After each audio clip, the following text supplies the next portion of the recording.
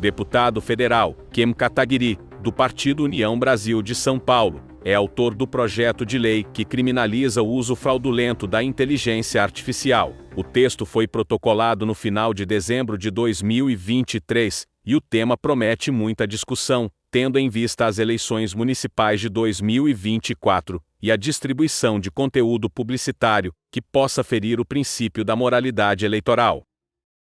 Teor do projeto IA. O projeto ele visa proibir, ele visa punir com rigor aquelas pessoas que utilizam inteligência artificial para, de maneira fraudulenta, criar uma imagem, criar uma voz e levar uma pessoa a erro, né? Principalmente no aspecto eleitoral. A gente sabe do perigo que é, né, com um desenvolvimento muito avançado, né? Quem tem acompanhado os últimos avanços, os últimos vídeos, os últimos áudios produzidos com inteligência artificial, percebe que tem se aproximado cada vez mais da vida real, né? Fica cada vez mais difícil distinguir aquilo que é falso, criado via inteligência artificial, daquilo que é real. Ferramenta desenvolvida pela Google sobre o uso da IA. Eu, inclusive, estive no ano passado no Vale do Silício visitando a Google, que trabalha numa ferramenta de desenvolvimento de imagens por inteligência artificial, e eles estão tendo uma cautela nesse desenvolvimento justamente de proibir que esse software gere imagens que contenha pessoas, porque ele gera imagens muito reais, né? O software ele até é capaz de gerar essas imagens, mas ele possui um mecanismo de autocontenção justamente para ele não ser utilizado para colocar uma pessoa cometendo um crime ou enviando um áudio criminoso, né? Para que não haja manipulação, né, da imagem de uma pessoa para que a quem esteja assistindo o vídeo ou ouvindo aquele áudio seja levado ao erro. Preocupações na apresentação da proposta. Uma preocupação da gente garantir que no processo eleitoral, né, não seja utilizada a inteligência artificial para levar as pessoas a erro, né? Você pode utilizar a inteligência artificial, não tem nenhum problema nisso, é um avanço tecnológico bom para a sociedade. Agora, você não pode utilizar isso para cometer estelionato, para cometer fraude. E a outra preocupação que eu tive é de não engessar a legislação, porque é uma tecnologia que avança muito rapidamente. Se a gente aprovar uma lei muito quadrada, ela certamente em pouco tempo vai perder a validade, não vai mais fazer sentido para a realidade que a gente está vivendo, e garantir a liberdade de expressão. Projeto de lei da fake news. Muitos textos que têm sido defendidos pelo Supremo Tribunal Federal, pelo TSE, como é o caso do PL 2630, que nós chamamos de PL da censura, na minha avaliação, avançam, né, muito sobre a liberdade de expressão e impedem que você faça críticas legítimas políticas a governos, a autoridades do Judiciário, do Ministério Público, do Poder Legislativo, e isso eu não aceito.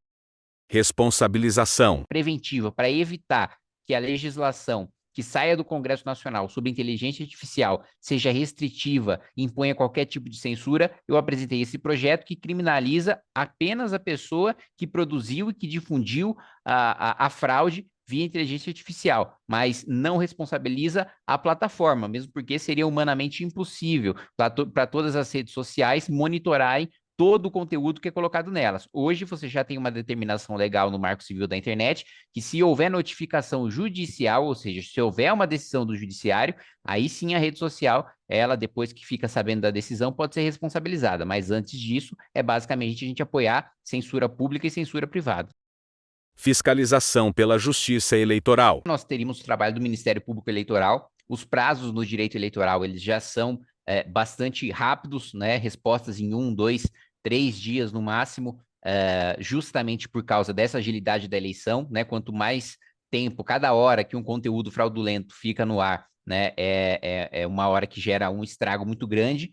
Então, o Ministério Público Eleitoral pode, como hoje ele já pode fazer com diversos crimes eleitorais, né, pedir, né, uma liminar, pedir uma decisão urgente para que aquele conteúdo seja retirado, né, até que o autor comprove aquela, e ele vai ter ali um prazo para comprovar a veracidade daquele conteúdo, para dizer que não, que ele deixou claro que era conteúdo feito por inteligência artificial e que tinha, por exemplo, fins humorísticos, e aí ele não se enquadraria no meu projeto de lei, né, ou argumentaria que não foi ele o autor daquilo, ele simplesmente compartilhou de maneira desavisada e também não seria responsável por aquele conteúdo, enfim. Então, a agilidade no processo se daria pelo próprio direito eleitoral, que já é ágil por natureza, né? Segurança Pública Projeto Saidinha. Segurança é, sem dúvida nenhuma, a prioridade da cidade de São Paulo, do estado de São Paulo, na minha avaliação até do Brasil, e eu tenho pautado minha atuação como deputado federal nesse sentido, não tenho só propostas para mostrar, mas já tenho resultados, né? No mandato passado, aprovei um projeto de minha autoria que acabava com a saidinha, né? Com a saída temporária, que é aquele benefício que quem está hoje cumprindo prisão no regime semiaberto, que é até um regime que eu defendo que acabe, que você só tenha o cumprimento de prisão no regime fechado, ele pode sair no Dia dos Pais, ele pode sair no Natal, e 30% aproximadamente não volta, nunca volta, né, para a cadeia e continua, ou aqueles que votam até servem como ponte para o crime organizado, para o chefe do crime organizado, chefe de facção criminosa, comandar o crime de dentro do presídio. Então, no mandato passado, eu aprovei esse projeto, o relator, inclusive, foi o deputado Guilherme Derrite, que hoje é secretário de Segurança Pública do Estado de São Paulo, mas, infelizmente, o Senado, ele está sentado em cima do projeto e não deliberou sobre ele até hoje. Projeto contra roubo e furto. No ano passado, nesse mandato, aprovei o projeto mais importante de segurança pública que foi aprovado até agora nessa legislatura, que foi o aumento de pena para roubo, para furto e para receptação, né, fazendo com que o regime inicial, né, de praticamente todo tipo de roubo seja já o regime fechado, que não tem a possibilidade do sujeito começar, né, uma possibilidade muito pequena dele começar no semiaberto, e praticamente nula de começar no aberto. Para furto, né, uma qualificadora para quem rouba, para quem furta, né, bens que atrapalhem a infraestrutura essencial da cidade, né? Então, que você rouba fios de eletricidade, por exemplo, você atrapalha o funcionamento do hospital, você atrapalha o funcionamento do transporte público e por aí vai. E também incluir nessa questão o furto de animais, né? Que foi uma demanda que a bancada ali do direito dos animais me trouxe, que eu achei absolutamente legítima, que há um mercado, infelizmente, muito grande, muito robusto de furto de animais domésticos. Política Tolerância Zero. Eu defendo que você tenha uma política de tolerância zero, uma punição rigorosa e ostensiva, policiamento ostensivo, à volta da ROMU, que são as rondas ostensivas municipais, para que a gente tenha a Guarda Municipal transformada em Polícia Municipal, que é outra das pautas que eu defendo, que a Polícia Municipal possa fazer abordagem com base em fundada suspeita, não tenha as suas abordagens anuladas pelo Superior Tribunal de Justiça ou pelo Supremo Tribunal Federal, e essa é uma prerrogativa que hoje o prefeito já poderia ter implementado a Polícia Municipal, não implementou por falta de vontade política.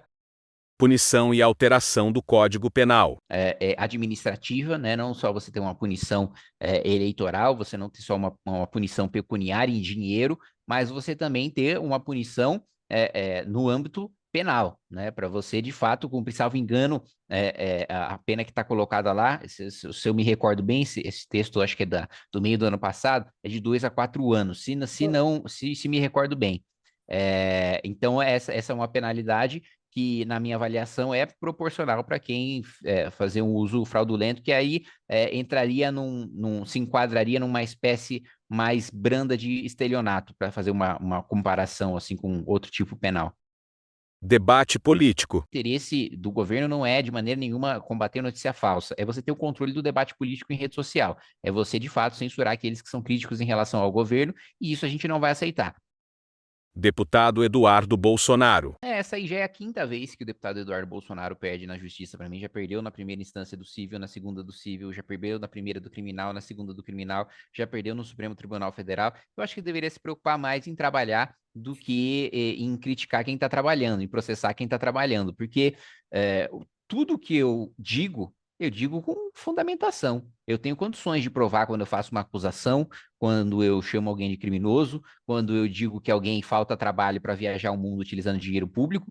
Tudo isso eu tenho condições e ficou muito claro em todas as instâncias do judiciário que eu tenho condições de provar absolutamente tudo que eu falo. Agora, se ele insiste em processar, meus advogados agradecem. São eles que estão levando os honorários pagos por ele, né? Atuação judiciária e polícia no combate ao crime. Porque a legislação ela é frouxa, porque a legislação ela determina que o sujeito seja solto. Então, acho que o principal problema, existe sim um problema no judiciário e há principalmente em cortes superiores decisões que afrouxam a legislação penal e processual penal e que prejudicam o cidadão. Agora, o juiz de primeira instância, os tribunais, eles em regra, tem decisões mais rigorosas do que o STJ, do que o STF, mas mesmo com essas decisões mais rigorosas, elas não estão a contento da população, não estão resolvendo o problema da segurança, porque elas estão baseadas numa legislação que o juiz não pode mudar, né? E que cabe ao parlamento fazer com que a legislação seja mais rigorosa.